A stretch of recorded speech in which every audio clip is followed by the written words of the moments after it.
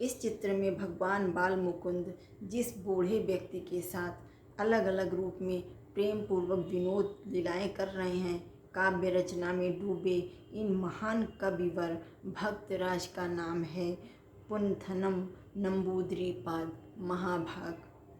पुंथनम नंबूदरीपाद महाभाग जो 1547-1640 ईस्वी में केरल के मल्लापुरम जिले में हुए।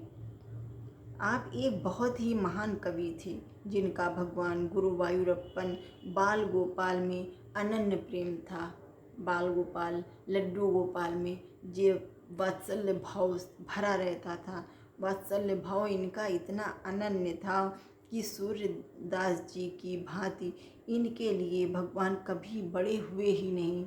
उन्होंने हमेशा लड्डू गोपाल को अपने एक छोटे से बच्चे की तरह प्यार किया। सदैव उनके लिए बाल मुकुंद ही रहे कृष्ण जी।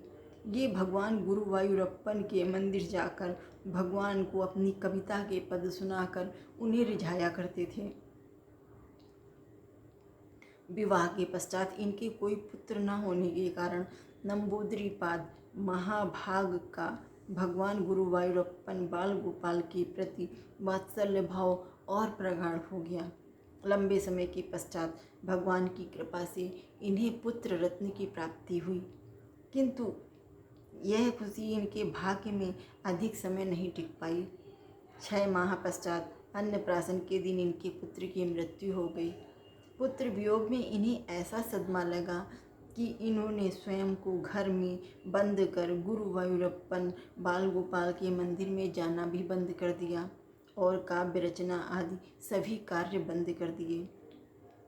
कविवर भक्त पुत्र वियोग की असहनीय पीड़ा देख उन्हें इस पीड़ा से मुक्त करने के लिए भगवान गुरुवायूरप्पन बाल गोपाल स्वयं कुछ क्षण के लिए एक बाल के रूप में घुटनों के बल चलते हुए उनकी गोद में आकर लेट गए और उन्हें आलिंगन कर रोने लगे।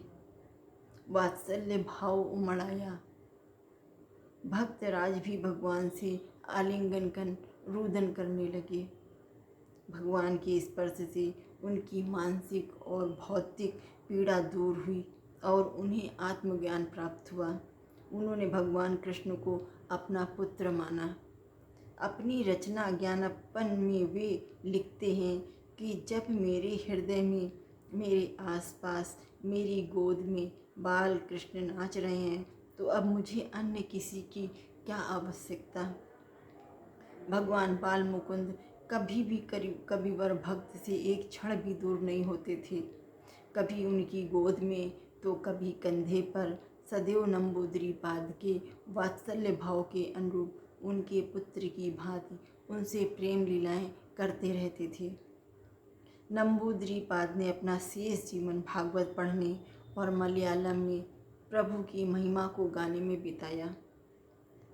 भगवान श्री कृष्ण की लीलाओं में सदा डूबे रहने वाले नंबूदरीपाद महाभाग ने निरंतर भगवान का स्मरण करते हुए नाम जप करने का मोक्ष का आसान साधन बताया।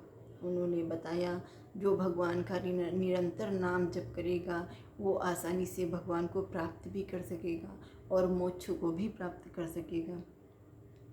अपनी रचना जन्नप्पन के प्रत्येक श्लोक के अंत में कृष्ण कृष्ण मुकुंद जनार्दन के नाम जप पर उन्होंने जोर दिया। राधे राधे, जय श्री कृष्ण।